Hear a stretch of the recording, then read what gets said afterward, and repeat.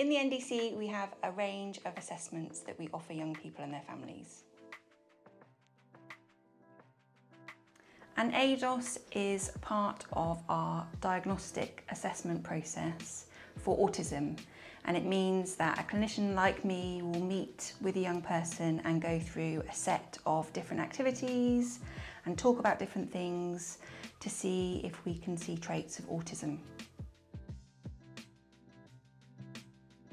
So a QB test is a test we use for ADHD, and it requires a young person to spend 15 or 20 minutes completing a rather dull test on a computer where we're able to objectively look at impulsivity, hyperactivity and inattention. So a developmental history is where a clinician spends time with a parent or caregiver to find out as much information as they can about a young person and their life from the time just before they were born until the present day. Typically for most young people, they are offered a place on our post-diagnostic course for their parents, and then they are discharged from the NDC team with a whole lot of recommendations for home and school to put in place to help support that young person.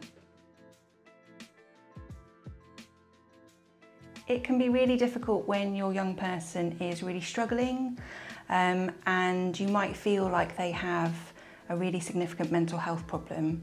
The tricky thing is that with autism comes a lot of other additional difficulties like worries and feeling sad and not feeling able to cope. So it's really important that home and school put strategies in place for young people who are waiting to be seen as soon as they can, as though they've already got a diagnosis of autism or ADHD.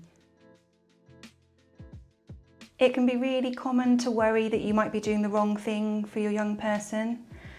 The thing that we would say is if you're thinking about your young person as though they already have a diagnosis and you're following strategies to support them, you will not be doing them any harm and likely that you're really helping them.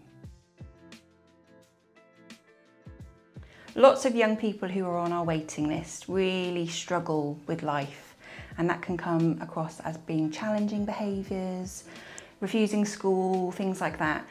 It's really important to think with people who are involved with your child or young person about what support they can access. And that might be through school, that they can offer additional help and support for that young person. And it might be that actually social care can become involved through an early help assessment and a team around the family to think about actually what support do you need as a family with the difficulties you might be having. So medication can be a treatment option, particularly for young people with ADHD and sometimes for people with autism if they have additional significant difficulties with anxiety, for example.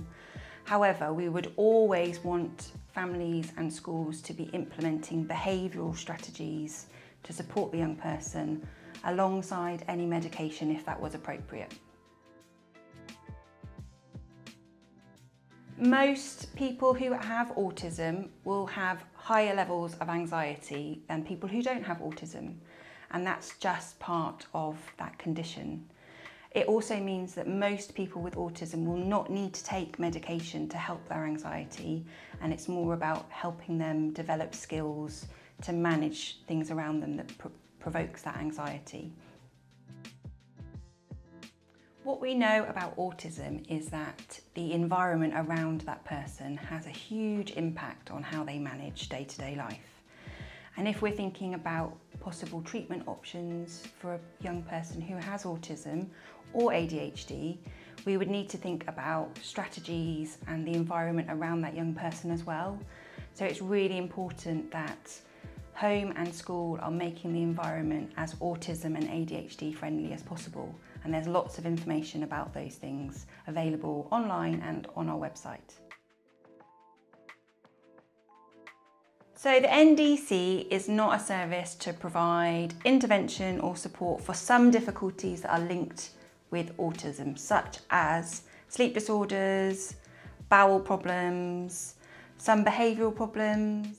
The NDC are here to primarily diagnose autism and/or ADHD, and then signpost and make recommendations.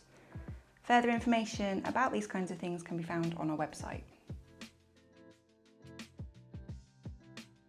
Within the NDC, we have been completely overwhelmed with the amount of calls that we've had to our duty system over the last 12 months. And a lot of the calls have been around issues which are difficult, but maybe not requiring an immediate response from a specialist mental health team. So if you're thinking about calling us, really consider about whether it's a risky situation, whether it's about someone's safety. And then if that is the case, please do call us.